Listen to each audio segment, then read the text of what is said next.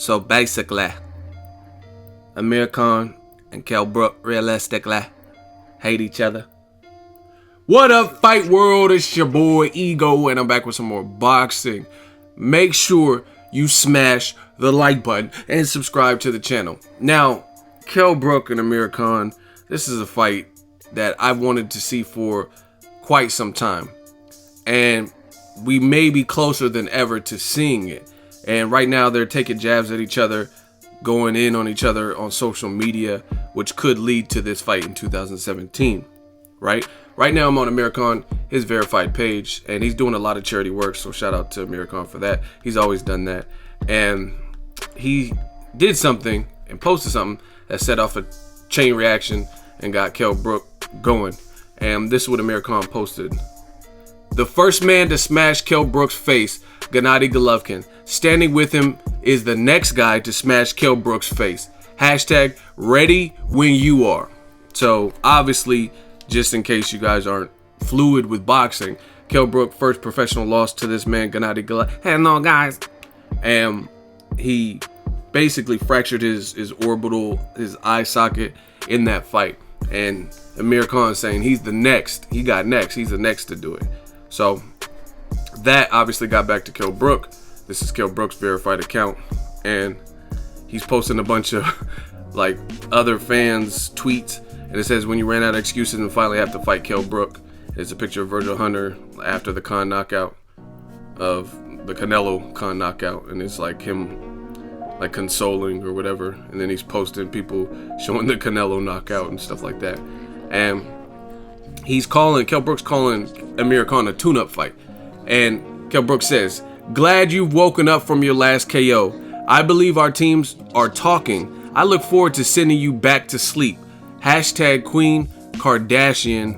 And then he has a sleep emoji catching some Z's. So, mixed feelings about this. And then there again, he calls it a tune-up. I have real mixed feelings about this. I've wanted to see this fight for years. However, I wanted to see this fight before Amir Khan took another loss. He just lost his last fight to Canelo, right?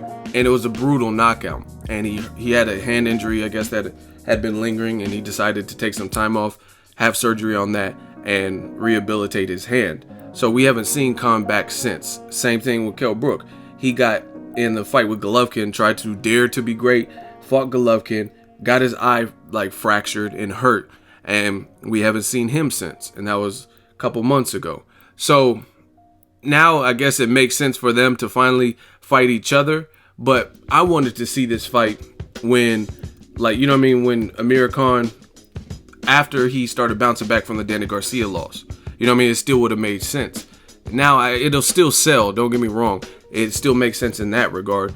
But I just don't like how the two welterweights both dared to be great and went outside of their comfort zone, both lost via knockout, and now all of a sudden they want to fight each other. You know what I'm saying? Like, oh, I guess we both have losses. You know what I mean? We've both been stopped recently, so let's fight each other. I don't like that. I think they should have fought before they had recent stoppage losses and going outside of their comfort zone and going into different Canelo way. I was born ready of 155 and all this.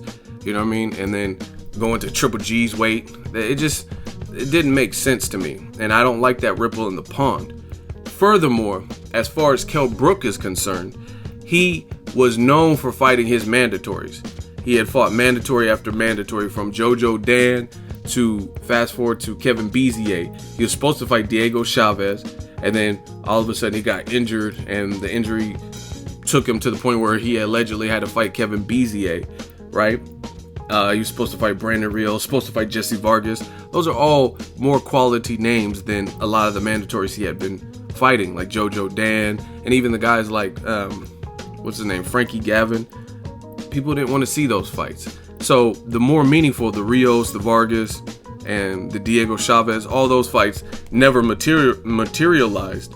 And now he gets to his mandatory, a fight we want to see him in, and that's against Errol Spence Jr. And now you're talking about fighting Amir Khan.